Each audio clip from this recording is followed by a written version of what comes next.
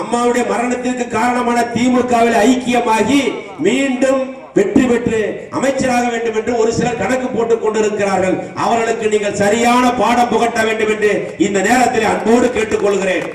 பாலம் கனவு திட்டமாக இருந்தது. 50 ஆண்டு கால கோரிக்கை. அந்த கொகைவழி பாலத்தை அம்மா அவர்கள் 13 கோடி ரூபாய் நிதிகளை கொடுத்து இந்த பாலம் மக்களுடைய பயன்பாட்டிற்காக அர்ப்பணிக்கப்பட்டிருக்கிறார்.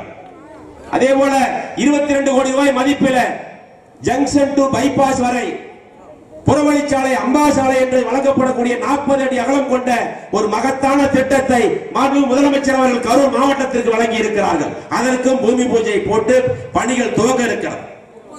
4.5 ஆண்டு காலம் அமைச்சராக இருந்தீர்கள். ஏன் அவர்களுக்கு பட்டா வழங்கி இருக்கலாமே? அதையெல்லாம் விட்டுவிட்டு எப்படி சம்பாதிக்க வேண்டும் என்று கணக்கு போட்டுக்கொண்டு இன்று சம்பாதித்து வைத்த பணத்தை வைத்துக் கொண்டு திமுகவில் ஐக்கியமாகி இருக்கிறவரை நீங்கள் அடையாளம் கண்டு அதற்கு சரியான பதிலடி கொடுக்க வேண்டும். தேர்தல் வர இருக்கிறது.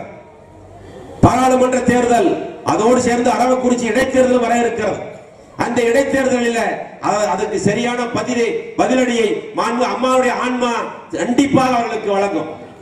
இன்னும் நான் அன்னைக்கு போய் வரும்போது கூட சொன்னேன், அடுத்த பொது தேர்தல் வரும் பொழுது கரூர் குடிநீர் பிரச்சனை, சாக்கடை வடிகால் பிரச்சனை, சாலை வசதிகள் எல்லாம் முழுமையாக 100% நிறைவேற்றி கொடுத்த பிறகுதான் உங்களை தேர்தல்களை சந்தித்து வாக்குகள் கேட்க வருவேன் என்று சொல்லி இருக்கிறேன்.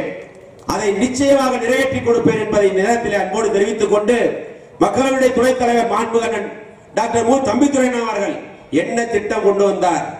பைபாஸ் மாம்பழம்னு சொல்லிக்கிட்டு இருக்கீங்க. தேர்தல் வர இருக்கிறது. நான் 5 முறை போட்டியிட்டு மாண்பு அம்மா அவர்களால் 4 முறை வெற்றி பெற்ற நம்முடைய பாராளுமன்றத்தினுடைய துணைத் தலைவர் டாக்டர் மு தம்பிதுரை அவர்கள் 6 தொகுதிகளை உள்ளடங்கிய பாராளுமன்றத்தில் எல்லா கிராமங்களுக்கும் கிராமமாக சென்ற ஒரே பாராளுமன்ற உறுப்பினர் நம்முடைய அண்ணன் அவர்கள் என்பதை நீங்கள் எண்ணி பார்க்க வேண்டும்.